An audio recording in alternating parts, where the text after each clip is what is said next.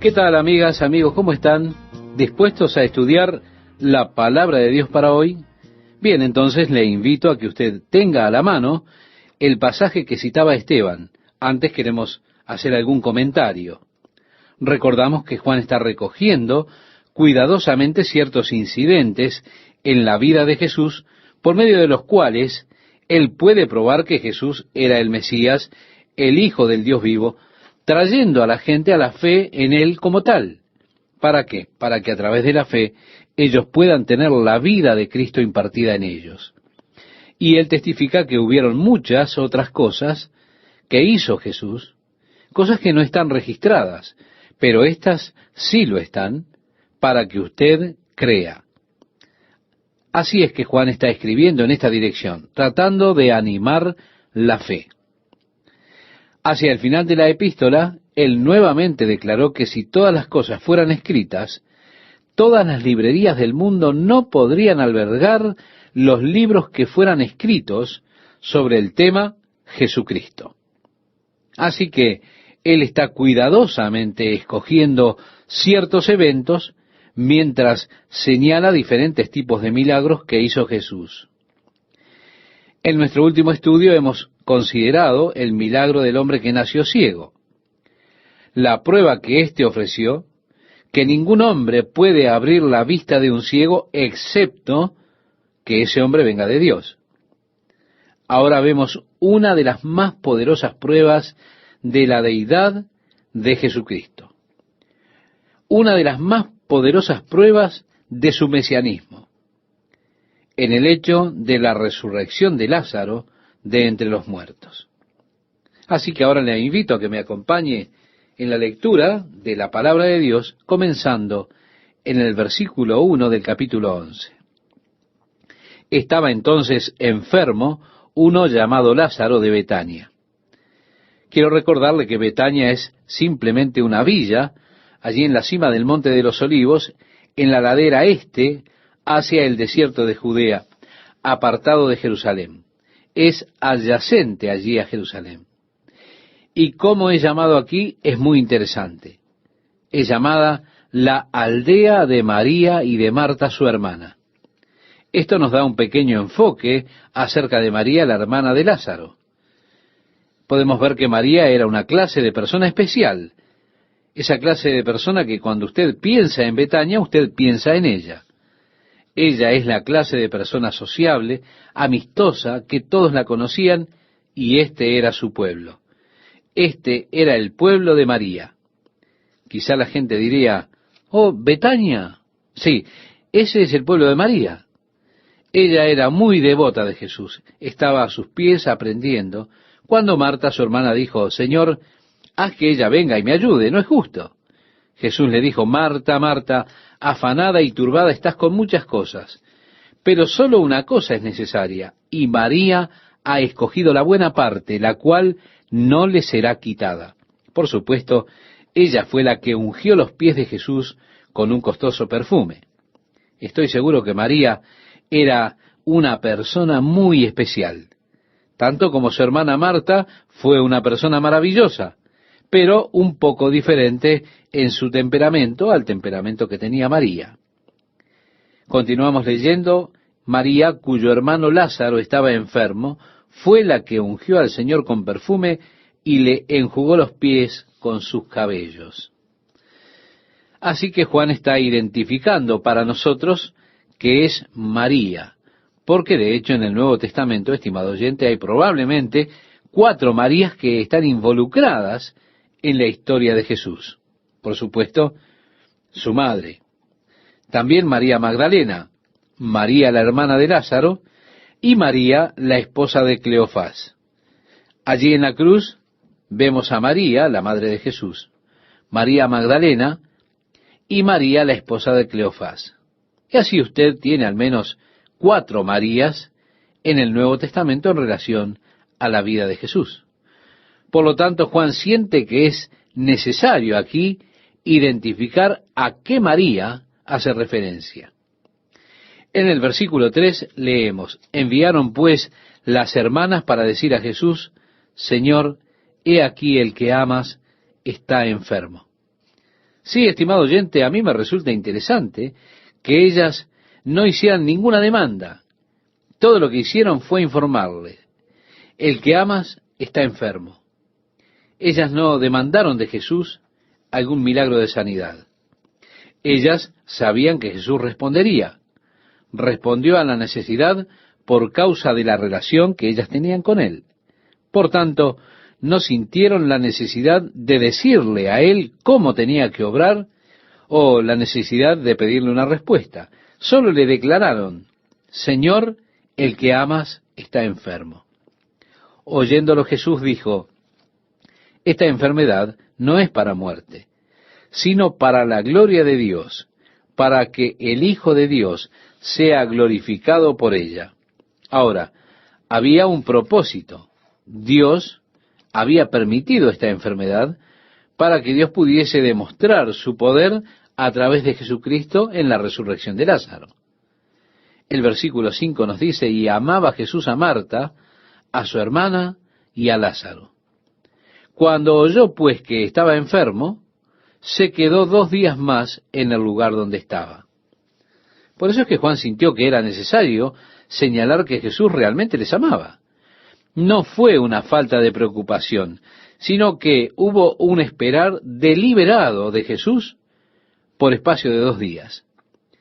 En ese momento Jesús estaba allí en el río Jordán, a unos 32 kilómetros de Betania. En aquel tiempo usted podría pensar en un viaje en grupo para hacer cerca de 16 kilómetros por día. Ese era el promedio para el viaje de un día. Así que simplemente a cerca de 16 kilómetros del lugar al que se dirija, usted encontrará una aldea. Y si no había aldeas en ese intervalo, usted se encontraría al menos con una posada, los lugares en los cuales usted se podía quedar. Como es bastante árido entre Betania y Jericó, no hay villas alrededor. A mitad de camino, más o menos, hay una posada. Esto era bastante común en aquellos días. Si no había aldeas, entonces se establecían posadas. Y esto lo hacían cada 16 kilómetros aproximadamente. ¿Por qué? Porque su meta sería abarcar un recorrido de 16 kilómetros al día. Al final, esa posada estaba allí y usted podía llegar a ese lugar y tenía un área como un patio. Una posada precisamente no era como un hotel, ninguna de ellas. Todo lo que era una posada era un área amurallada con una pequeña casa donde el dueño de la posada vivía. Y había un patio con una fuente en el medio. Usted podía ponerse cerca del muro, protegerse del viento. Era un lugar para pasar la noche, tener agua, pero allí no le hacían provisión de comida. Simplemente le daban un techo, era todo lo que había, y no muy cubierto tampoco. Así que estando en el río Jordán, Jesús estaba a 2 días de camino a Betania. Ellos le enviaron el mensaje a Jesús. Pensemos, le llevó 2 días a sus mensajeros llegar de Betania al río Jordán. Luego Jesús recibió el mensaje y se quedó 2 días más en el río Jordán antes de comenzar sus 2 días de viaje de regreso a Betania. Así que aproximadamente usted tiene, estimado oyente, aquí cerca de 6 días que se incluyen en este relato. Tal vez el mensaje decía: recorre todo el camino en un día, pero el hecho es que se quedó 2 días extra, luego que el mensaje fue enviado a Jesús y después él arribó a Betania. Pero quiero que note que fue una demora deliberada por parte de Jesús. Durante esta demora deliberada, Jesús sabía exactamente qué era lo que estaba sucediendo allá en Betania. Y así continuamos la lectura, porque dice: cuando oyó pues que estaba enfermo, se quedó 2 días más en el lugar donde estaba, en el río Jordán. Luego, después de esto, dijo a sus discípulos: vamos a Judea otra vez. Esto está en la zona de Jerusalén. Le dijeron los discípulos: Rabí, ahora procuraban los judíos apedrearte, ¿y otra vez vas allá? Respondió Jesús: ¿no tiene el día 12 horas? Esto quiere decir 12 horas de luz. Ese es el tiempo que duraba el día. El que anda de día no tropieza porque ve la luz de este mundo, pero el que anda de noche tropieza porque no hay luz en él, concluye el versículo 10. Así que Jesús decía, en otras palabras, tengo que hacer mi trabajo mientras es de día. Eso es lo que básicamente está diciendo Jesús. Dicho esto, les dijo después, nuestro amigo Lázaro duerme, mas voy a despertarle. Bien, lo que acontece a un hijo de Dios, estimado oyente, es diferente totalmente a lo que le sucede a alguien que no es hijo de Dios en lo que tiene que ver con aquello que llamamos muerte. Y esto es porque hay una vasta diferencia. La Biblia no usa el término muerte para nombrar la partida o significar la partida del alma del cuerpo de un creyente. Simplemente le llama sueño. ¿Usted recuerda cuando Jesús fue a sanar a la hija de Jairo? Ya lo hemos estudiado. Cuando él entró en la casa, las personas estaban todas lamentando porque había muerto. Jesús dijo, ella no está muerta, solo duerme. Y ellos se rieron de él. Y así fue que Jesús lo sacó de allí. El apóstol Pablo, al escribirle la carta a los tesalonicenses, su primera carta, les dice, tampoco queremos, hermanos, que ignoréis acerca de los que duermen, para que no os entristezcáis como los otros, que no tienen esperanza. Esto lo puede encontrar en el capítulo 4 de la primera carta del apóstol Pablo a los Filipenses en el versículo 13.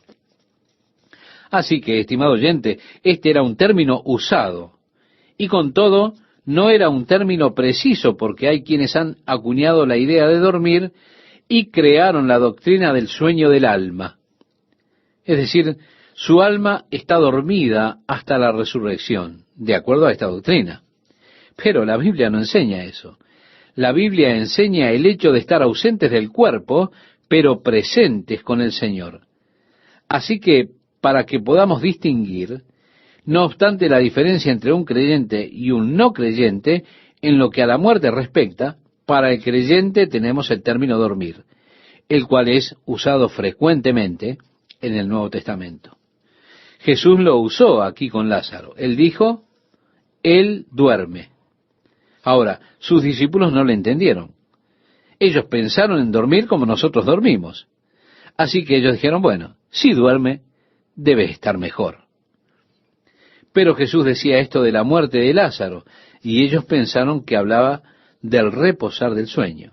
Entonces Jesús les dijo claramente, Lázaro ha muerto, y me alegro por vosotros de no haber estado allí para que creáis. Ahora, como dijo Juan, estas cosas que él registró fueron hechas para que creamos. Así que Jesús está nuevamente llamando a sus obras como testigos de su deidad. Él decía, creedme que yo soy en el Padre, y el Padre en mí. De otra manera, creedme por las mismas obras. Esas obras que hago, él dijo, testifican de mí. Ahora, estoy contento, decía en otras palabras, por vuestra causa estoy aquí, porque al haber estado allí en Betania, yo hubiese sanado su enfermedad. Hubiese sido un glorioso milagro, pero Jesús quería un milagro más glorioso. Él esperó hasta que Lázaro murió. De hecho, él esperó hasta que lo sepultaron. Mire, allí tenían la costumbre de enterrar el mismo día que moría a la persona. Así que Jesús dijo, me alegro por vosotros de no haber estado allí para que creáis. Así que, no obstante, vayamos a él. Tomás probablemente no entendió completamente qué es lo que estaba aconteciendo a estas alturas.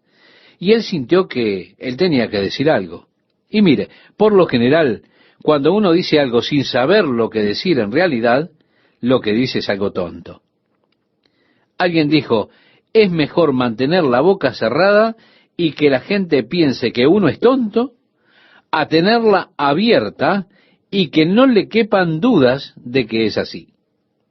En el versículo 16 leemos, dijo entonces Tomás, llamado Dídimo, a sus condiscípulos, vamos también nosotros para que muramos con él.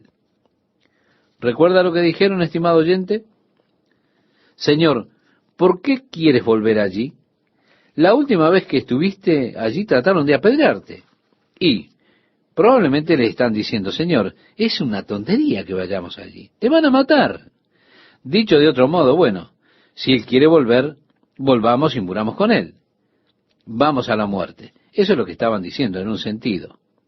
El versículo 17 leemos y nos dice, vino pues Jesús y halló que hacía ya 4 días que Lázaro estaba en el sepulcro.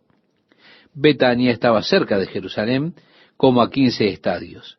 Un estadio es como una octava parte de una milla, así que hay 2 millas desde Jerusalén a Betania. Y muchos de los judíos habían venido a María y a Marta para consolarlas por su hermano. Entonces Marta, cuando oyó que Jesús venía, salió a encontrarle, pero María se quedó en casa. Ahora, Betania está cerca de la cumbre del Monte de los Olivos, como hemos considerado en la ladera este, y usted puede ver desde Betania todo el camino hacia el Mar Muerto. Usted puede ver el camino de Jericó de kilómetros serpenteando sobre los montes de Jerusalén. Y así es que usted está mirando desde Betania y puede ver a la gente a gran distancia. Fue así que ellos vieron una compañía de personas que venía, se dieron cuenta que debía ser Jesús, Jesús con sus discípulos. Y así Marta dejó a la gente que se juntó para lamentar y vino por el camino y se encontró con Jesús antes que él llegase a Betania. Y le dijo, Señor, si tú hubieses estado aquí, mi hermano no hubiese muerto. Quizá dijo esto con amargura en su voz, sin lugar a duda, con desilusión. Señor, ¿dónde estabas? Señor, ¿por qué no respondiste? Fue realmente una especie de reproche. Señor, si tú hubieses estado aquí, mi hermano no hubiese muerto. ¿Por qué no viniste, Señor, cuando te llamamos? ¿No te das cuenta de que han pasado 6 días desde que te enviamos el mensaje? Pero como leemos el versículo 22, dice, mas también sé ahora que todo lo que pidas a Dios, Dios te lo dará. Ahora, aquí hay una tremenda expresión de fe, pero no pienso que Marta estaba esperando la resurrección de su hermano. Con todo, aquí hay una declaración importante de fe, quizá una sugerencia. Señor, tú sabes, quizá en una de esas, todo lo que pidieres al Padre sé que te lo dará. Y puede ser que ella esté sugiriéndole a estas alturas que él lo levantase de los muertos. Dijo, oh, él ha estado allí durante 4 días, ya huele mal.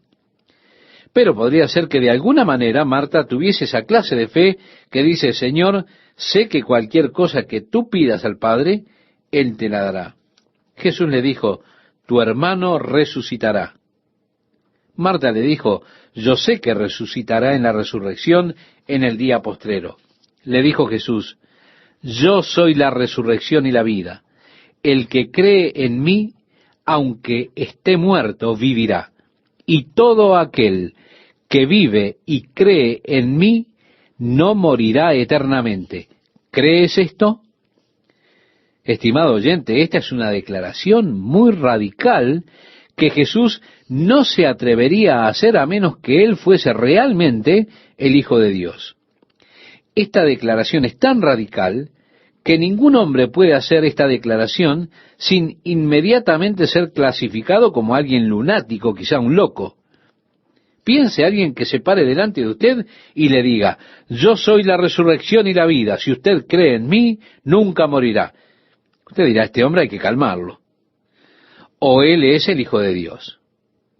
Pero en este caso, Jesús era el Hijo de Dios. Y entonces Jesús dijo, ¿crees esto?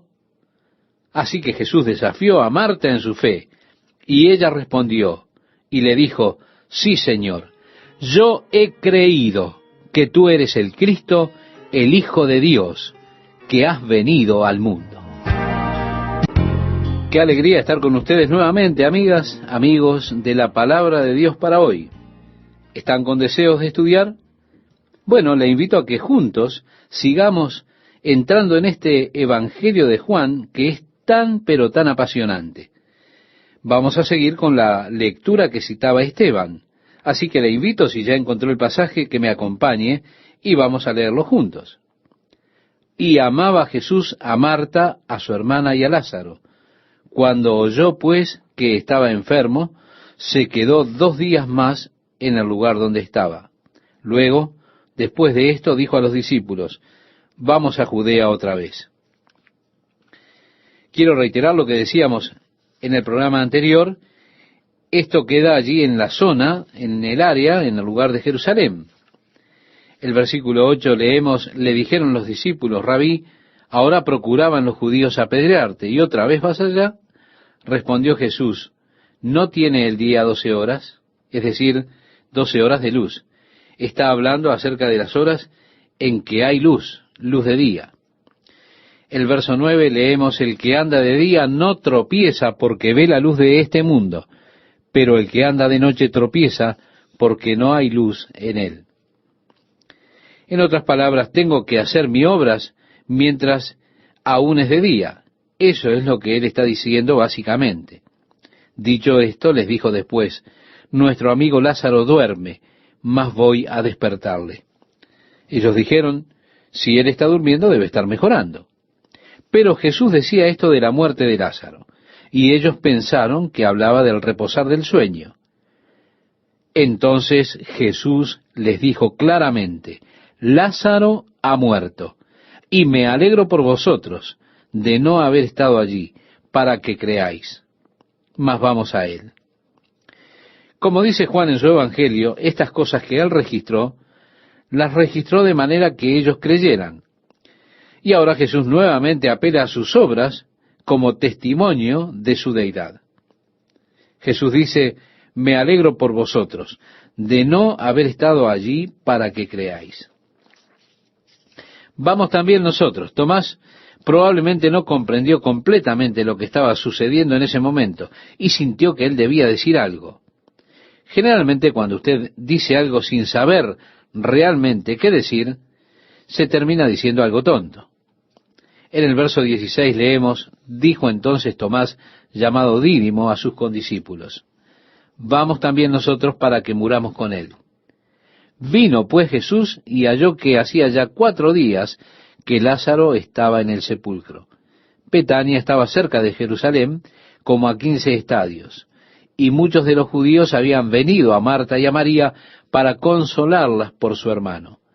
Entonces Marta, cuando oyó que Jesús venía, salió a encontrarle, pero María se quedó en casa.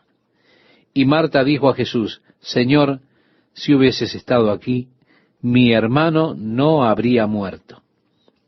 Seguramente ella dijo esto con amargura en su voz, quizá desilusionada. Ella dijo: Señor, ¿dónde estabas? ¿Por qué no respondiste? El versículo 22 nos dice que ella dijo: mas también sé ahora que todo lo que pidas a Dios, Dios te lo dará. Aquí hay una tremenda expresión de fe, pero no creo que Marta estuviera anticipando la resurrección de su hermano. Ella dijo: mas también sé ahora que todo lo que pidas a Dios, Dios te lo dará. Tal vez ahora ella está sugiriendo que él vaya y lo resucite de la muerte. Sin embargo, cuando él fue a la tumba y dijo: muevan la piedra, ellos dijeron: él ha estado allí por 4 días ya. Pero pudiera ser que Marta de alguna forma tuviese esa clase de fe, que dijera: Señor, yo sé que cualquier cosa que tú pidas al Padre, Él te lo dará. En el versículo 23 leemos: Jesús le dijo: tu hermano resucitará.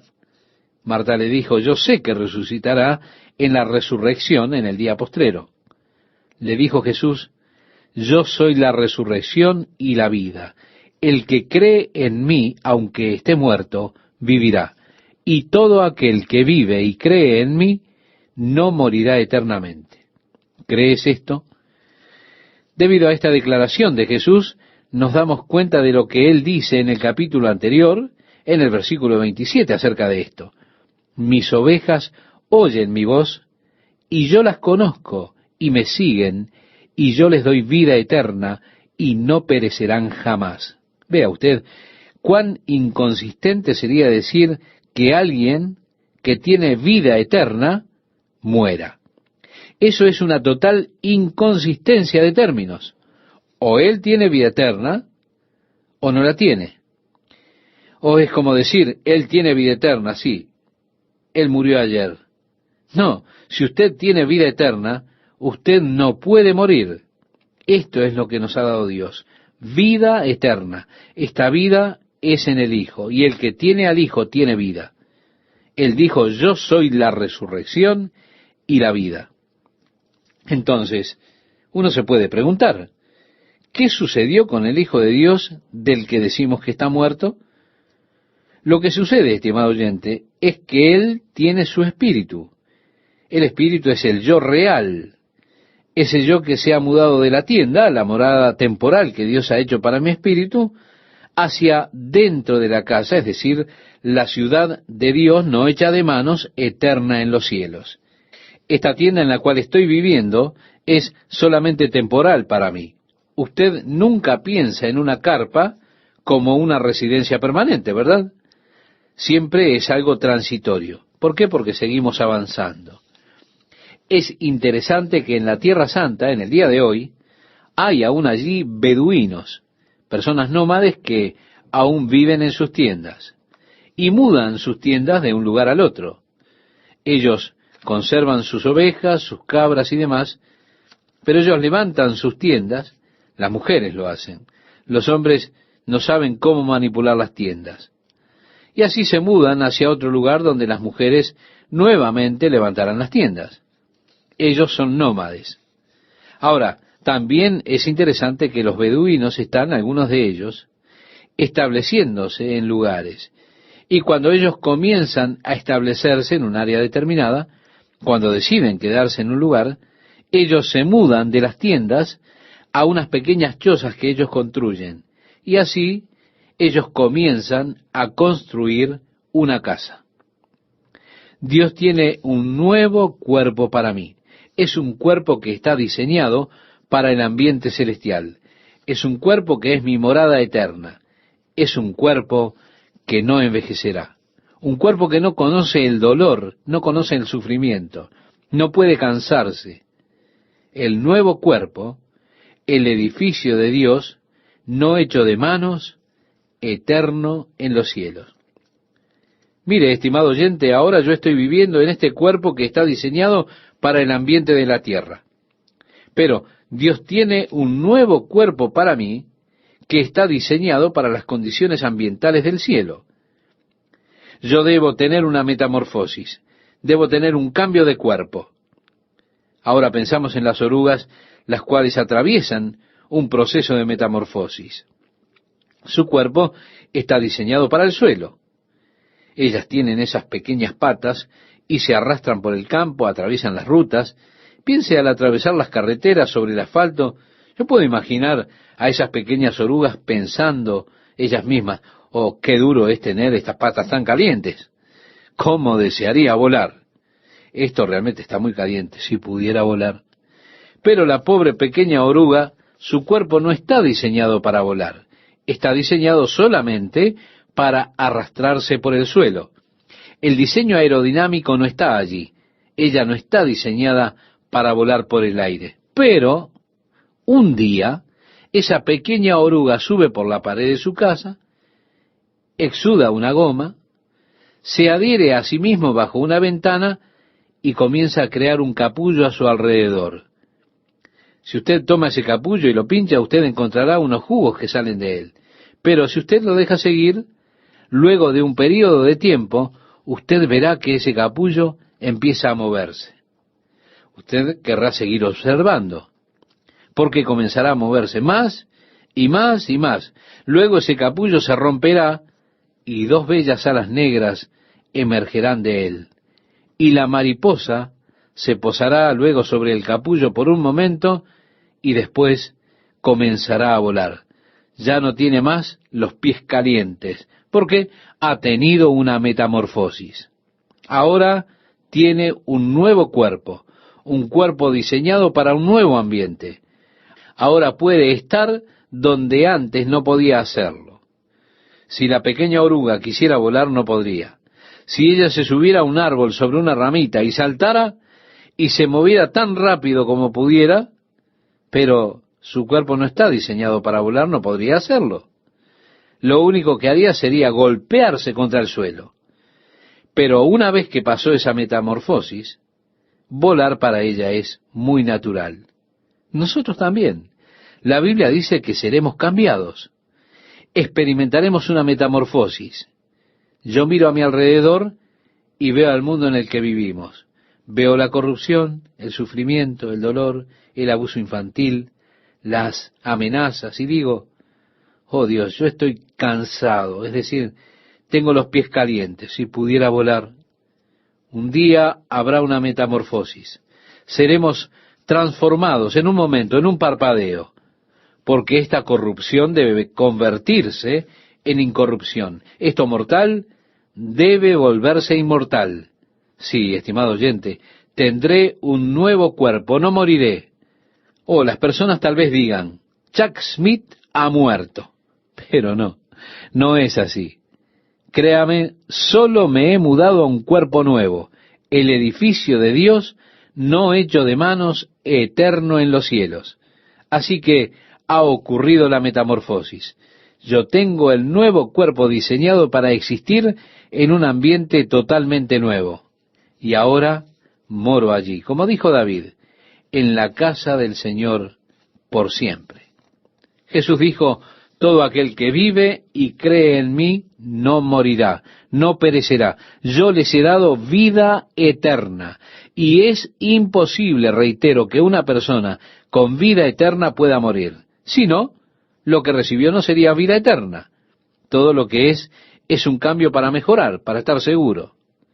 Pero esto es mudarse de la tienda a la casa, de lo temporal a lo permanente, de lo restringido a lo irrestricto. Realmente sería fascinante para nosotros descubrir lo que la nueva vida y el nuevo cuerpo serán con Jesús. Quiero comentarle, yo tengo un hermano que fue un gran pensador, que ahora ya está con el Señor. Estoy ansioso por verlo, porque estoy seguro que él comprende más las cosas, más que otras personas que no las han experimentado. Él fue uno que exigió su cuerpo hasta el límite. No tenía miedos. Siempre estaba exigiendo su cuerpo al límite. Yo estoy ansioso por ver lo que él puede hacer en ese cuerpo nuevo. Una casa no hecha de manos, eterna en los cielos. Así que esa es la esperanza gloriosa. Jesús dijo, ¿crees esto? Y Marta dijo, sí, Señor, creo. Habiendo dicho esto, fue y llamó a María, su hermana, diciéndole en secreto, el Maestro está aquí y te llama. Ella, cuando lo oyó, se levantó deprisa y vino a él. Jesús todavía no había entrado en la aldea, sino que estaba en el lugar donde Marta le había encontrado.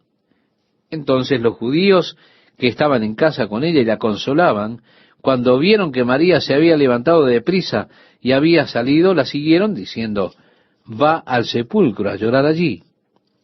María, cuando llegó a donde estaba Jesús, al verle, se postró a sus pies diciéndole, Señor, si hubieses estado aquí, no habría muerto mi hermano. ¿Se da cuenta? Jesús recibe ahora la acusación de la otra hermana. Marta le dijo lo mismo, Señor, ¿dónde estabas? ¿Por qué no respondiste? Si tú hubieses estado aquí, las cosas serían diferentes. Y ahora recibe estas palabras de María. Jesús entonces, al verla llorando, esto es lo que dice el versículo 33, Jesús se dio cuenta del dolor, del sufrimiento por el que ella estaba pasando, y Jesús amaba a Marta. Él vio en ella el dolor de las limitaciones humanas. El versículo 33 nos dice, Jesús entonces, al verla llorando, y a los judíos que la acompañaban también llorando, se estremeció en espíritu y se conmovió. Le preocupó ver la angustia de la humanidad. Y dijo, ¿dónde le pusisteis? Le dijeron, Señor, ven y ve. Jesús lloró.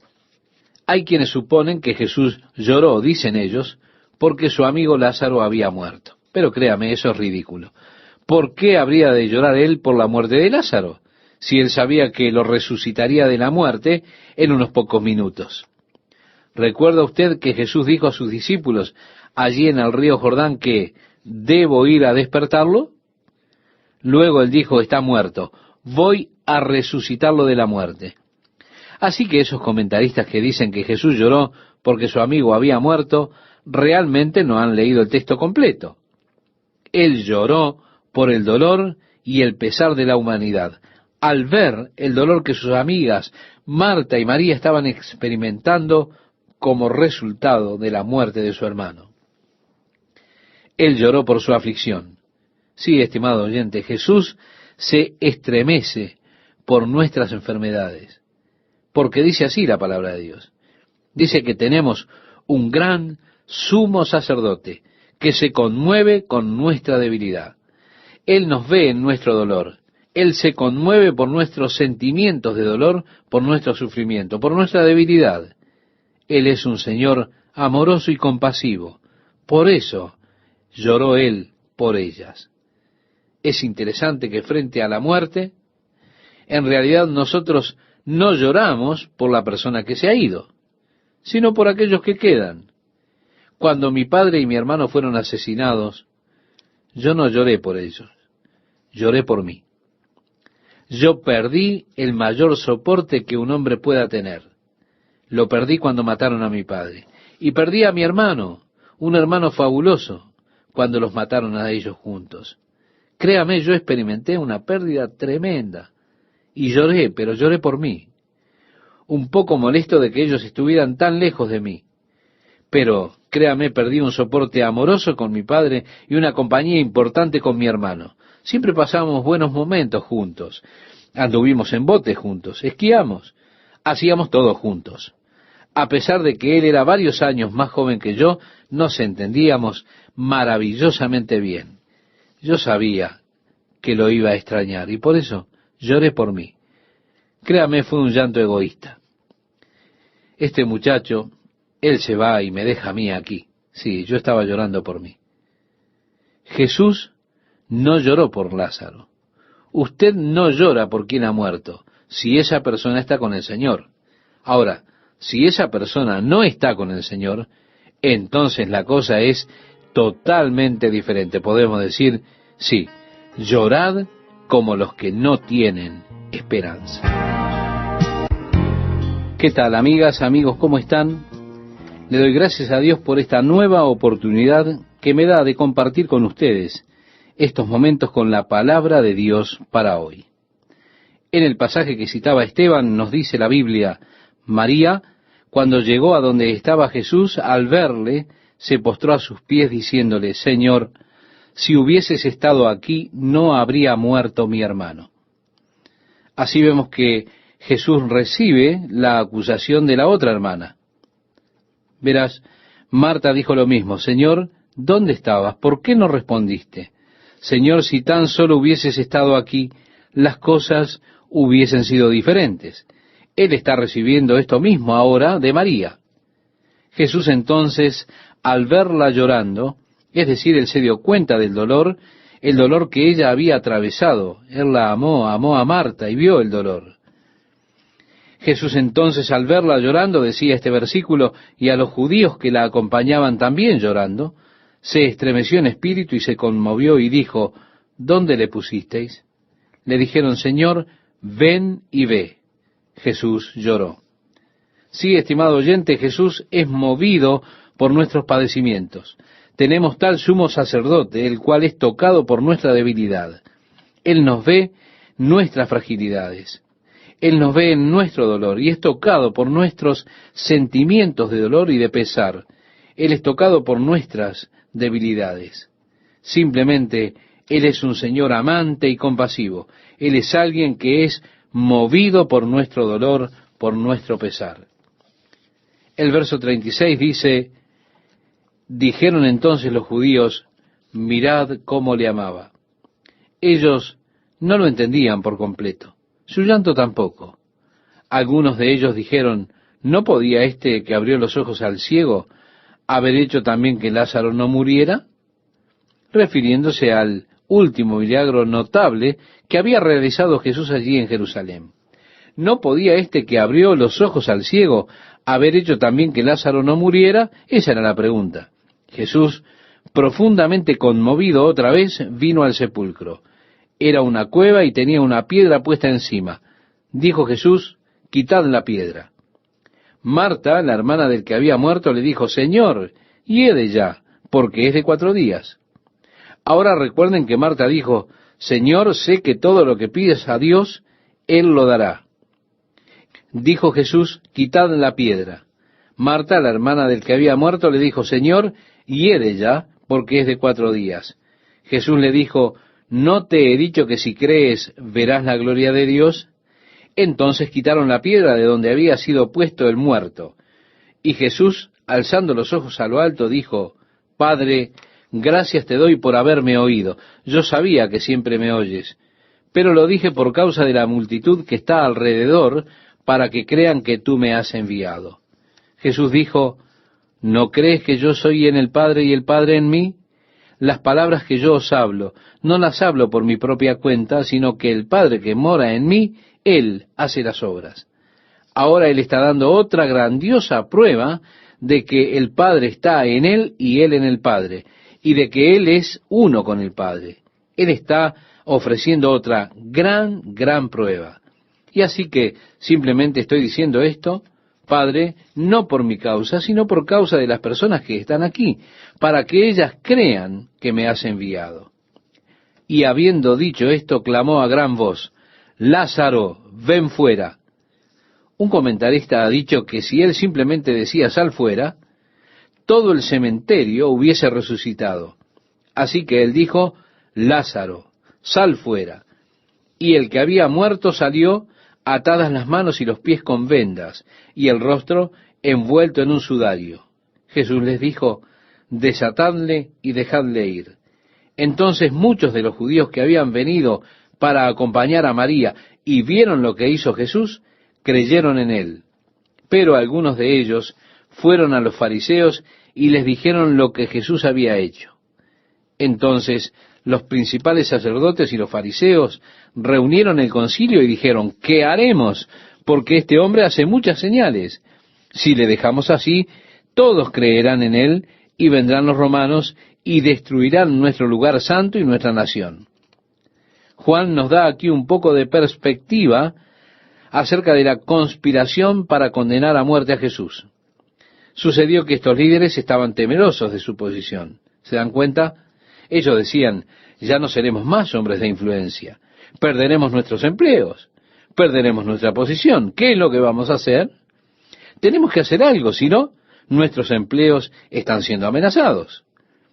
Entonces Caifás, uno de ellos, sumo sacerdote de aquel año, les dijo: vosotros no sabéis nada, ni pensáis que nos conviene que un hombre muera por el pueblo y no que toda la nación perezca. Juan está diciendo que él no entendía lo que decía plenamente. Él era el sumo sacerdote y por causa de estar en esa posición, él ahora estaba profetizando que un hombre debía morir por la nación. Una muy interesante profecía, ¿verdad? El sumo sacerdote más tarde ofreció otra profecía cuando Jesús estaba allí colgando en la cruz. Él dijo: a otro salvó, él mismo no se puede salvar. Muy cierto, si él se salvaba a sí mismo, él no podía salvar a otros. No puede hacer ambas cosas en esa posición. Si Jesús se bajaba de la cruz, no podía salvarnos a nosotros. Así que él dijo: a otro salvó, pero él no se puede salvar. Otra declaración muy interesante y además muy cierta, porque el sumo sacerdote hablaba proféticamente. ¿No se dan cuenta? ¿Es necesario que un hombre muera para que toda la nación no perezca? Morir por la gente para que toda la nación no perezca. De eso se trató la profecía que dijo este sumo sacerdote. Así que Juan está señalando que él no está diciendo esto de sí mismo, como dice el verso 51. Esto no lo dijo por sí mismo, sino que como era el sumo sacerdote aquel año, profetizó que Jesús había de morir por la nación. Y no solamente por la nación, sino también para congregar en uno a los hijos de Dios que estaban dispersos. Así que desde aquel día acordaron matarle. Por tanto, Jesús ya no andaba abiertamente entre los judíos, sino que se alejó de allí a la región contigua al desierto, a una ciudad llamada Efraín, y se quedó allí con sus discípulos. Jesús volvió hacia el río Jordán. No se quedó en los alrededores de Jerusalén después de la resurrección de Lázaro. El verso 55 dice, y estaba cerca la Pascua de los judíos, y muchos subieron de aquella región a Jerusalén antes de la Pascua para purificarse. Era necesario, estimado oyente, pasar a través de esos rituales de purificación para participar de la Pascua. Usted debía ir hacia Jerusalén y hacer votos delante del Señor, y también estos rituales. Recuerda cuando el apóstol Pablo regresó a Jerusalén, estaba llegando a una fiesta que Pablo estaba deseando entrar en Jerusalén para esa fiesta. Así que cuando arribó, él pasó por estos rituales de la purificación.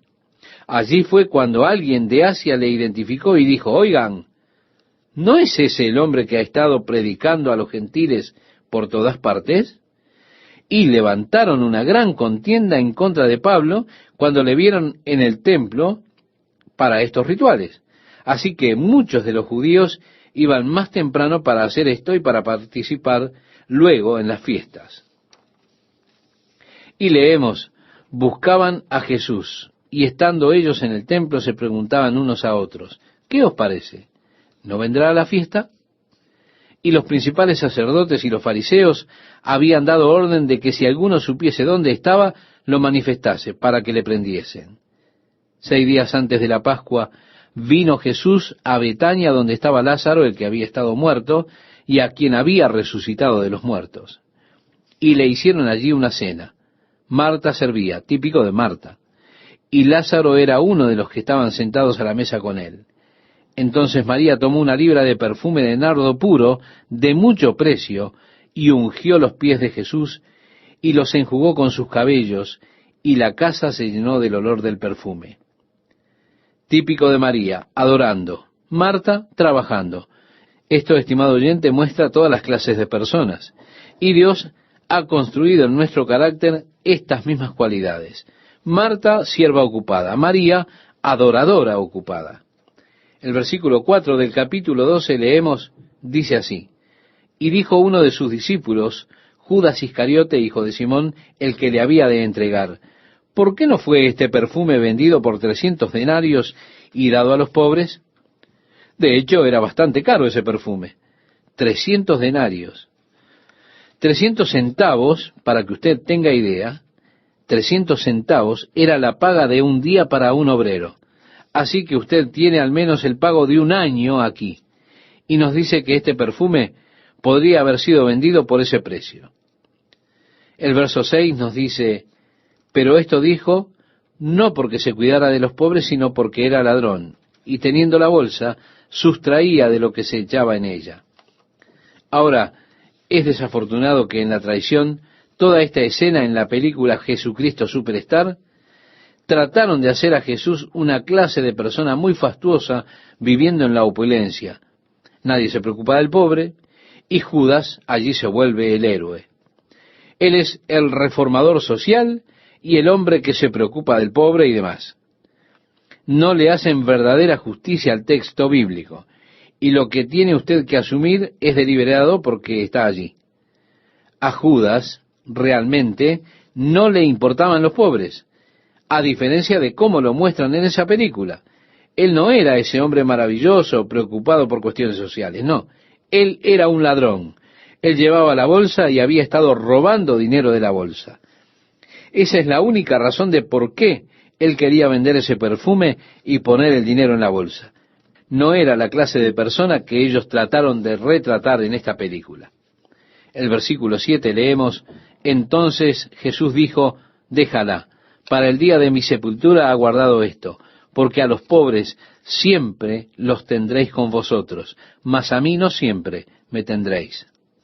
Así que él hizo que Judas la dejase en paz a esta mujer. El versículo 9 nos dice, gran multitud de los judíos supieron entonces que él estaba allí, y vinieron, no solamente por causa de Jesús, sino también para ver a Lázaro, a quien había resucitado de los muertos. Pero los principales sacerdotes acordaron dar muerte también a Lázaro. Noten cuán malvados eran estos hombres. Pero los principales sacerdotes acordaron dar muerte también a Lázaro, hemos leído, ¿verdad? Eran realmente malvados. Porque a causa de él, muchos de los judíos se apartaban y creían en Jesús. Así fue que ellos trataron de eliminar la evidencia destruyendo a Lázaro.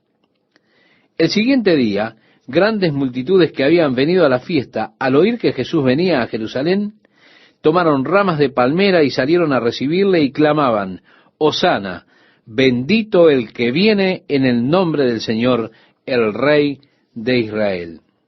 Y así es que, sabiendo que Jesús habría de venir a Betania, teniendo que descender desde el monte de los Olivos, ellos fueron hacia el camino que viene de Betania, hacia el monte de los Olivos, al valle de Cedrón y a Jerusalén. Y como vino Jesús, ellos le saludaron sacudiendo las palmas. De allí es que tenemos este domingo conocido como el Domingo de Ramos. Es el domingo que tiene que ver con aquel domingo antes de la crucifixión. Le aclamaban con el Salmo 118, que dice: Hosana, es decir, salva ahora. Es lo que la palabra hebrea significa, salva ahora. Bendito es el Rey de Israel que viene en nombre del Señor. Si me acompañan la lectura nuevamente, estimado oyente, en el capítulo 12 de Juan, versículo 14 al 16, leemos: Y halló Jesús un asnillo y montó sobre él, como está escrito: No temas, hija de Sión, he aquí tu rey viene, montado sobre un pollino de asna. Estas cosas no las entendieron sus discípulos al principio, pero cuando Jesús fue glorificado, entonces se acordaron de que estas cosas estaban escritas acerca de él y de que se las habían hecho. Ahora, Juan es muy honesto y es muy franco aquí, ¿verdad? Él dijo: ustedes saben, no pensamos en esto hasta que él fue glorificado. Luego reflexionamos y dijimos: ¿recuerdan cómo batíamos las ramas? Y él estaba cabalgando sobre ese burrito. ¿No es lo que Zacarías dijo? Regocíjate grandemente, hija de Sión, porque he aquí tu rey viene manso, sentado sobre un pollino, hijo de asna. En otras palabras, Juan está diciendo: no estábamos tratando deliberadamente de armar el escenario para que se cumpliera la profecía. No dijimos: ahora, ¿qué dice la Biblia? ¿Se supone que sea lo siguiente que está profetizado? Solucionémoslo de esta manera. No, no fue una conspiración deliberada para armar el escenario. Fue algo que ellos hicieron y al final se dieron cuenta. Oigan, estábamos cumpliendo la profecía. La comprensión vino, pero no fue sino hasta después que Jesús fue glorificado. Así que no fue que armaron un escenario deliberadamente en lo que a los discípulos concierne. El versículo 17 nos dice: y daba testimonio a la gente que estaba con él cuando llamó a Lázaro del sepulcro y le resucitó de los muertos. Les estaban diciendo a todos acerca de este gran milagro de haber resucitado a Lázaro de entre los muertos. Por lo cual también había venido la gente a recibirle, porque había oído que él había hecho esta señal. Quiero decir, esto realmente debió ser un comentario generalizado, este milagro de levantar a Lázaro de entre los muertos. De modo que todos estaban muy entusiasmados. Pero los fariseos dijeron entre sí: ya veis que no conseguís nada. Mirad, el mundo se va tras él. ¿No se dan cuenta que no estamos consiguiendo nada? Había ciertos griegos entre los que habían subido a adorar en la fiesta. Ellos podían adorar desde el patio de los gentiles, no podían entrar. Estos, pues, se acercaron a Felipe, que era de Betsaida de Galilea, y le rogaron diciendo: Señor, quisiéramos ver a Jesús. Felipe fue y se lo dijo a Andrés. Entonces Andrés y Felipe se lo dijeron a Jesús. Jesús les respondió diciendo: ha llegado la hora para que el Hijo del Hombre sea glorificado. De cierto os digo, que si el grano de trigo no cae en la tierra y muere, queda solo. Pero si muere, lleva mucho fruto. ¡Qué hermosa imagen, estimado oyente! Usted tiene allí un pequeño grano de trigo y lo deja ahí sobre la mesa. te puede volver en un año a partir del momento que lo dejó. Seguirá con todo siendo un pequeño grano de trigo allí sobre la mesa. Bueno, vuelva dentro de 10 años y encontrará que todavía será un grano de trigo que está sobre esa mesa. Pero, si usted pone este grano de trigo en el terreno, éste muere. Y de esta muerte surge una nueva forma, un nuevo cuerpo, un nuevo tallo. Viene un nuevo germen del grano de trigo y muchas semillas. Y el potencial de una de las semillas de trigo es tremendo. Mire, leí en alguna parte que si usted toma el germen del grano y lo planta, y luego quita de ese germen todas las semillas que salen de él y lo vuelve a plantar, pienso que en el lapso de 10 años tendrá tantas semillas de trigo como para plantar cada acre de tierra de la superficie del planeta con trigo. Simplemente cada año plantando todo lo que viene de una planta. Usted verá, cuando Dios creó las plantas y demás, Él dijo, fructificad y multiplicaos, llenad la tierra. Seguramente el potencial está allí. De modo que Jesús está usando una pequeña ilustración bien elegida por Él, refiriéndose a su muerte. Miren, a menos que muera, solo queda. Pero si muere, lleva mucho fruto. Él está hablando de su muerte. A través de su muerte, Él iba a traer mucho fruto. Continúa diciendo, el que ama su vida la perderá, y el que aborrece su vida en este mundo, para vida eterna la guardará. Él había dicho antes, el que busca salvar su vida la perderá. Y el que pierde su vida por causa de mí, la hallará. Han de perderla de todos modos, pero si ustedes están buscando esa nueva vida, la vida eterna, entonces, si alguno me sirve, sígame, y donde yo estuviere, allí también estará mi servidor. Si alguno me sirviere, mi Padre le honrará. Ahora está turbada mi alma. ¿Y qué diré? Padre, sálvame de esta hora. Mas para esto he llegado a esta hora. Usted recuerda que Él estuvo diciendo, mi hora aún no ha venido, mi hora aún no ha llegado, ahora se está acercando la hora. Y al acercarse, Él comienza a atravesar esta confusión interna. Él dice, ahora está turbada mi alma. ¿Y qué diré? Padre, sálvame de esta hora. Él está comenzando a entrar en la agonía del jardín. Sí, estimado oyente, estos son los últimos días. Jesús lo sabe. En el jardín de Getsemaní Él oró, Padre, si es posible, haz que pase esta copa de mí. No obstante, no sea hecha mi voluntad, sino la tuya. Sí, Él está pasando por esta confusión. Pero Él dice, yo voy a decir ahora, Padre, sálvame de esta hora. Con todo, es para esta hora que he venido al mundo, por esta causa. Es por ello por lo que estoy aquí. Padre, glorifica tu nombre.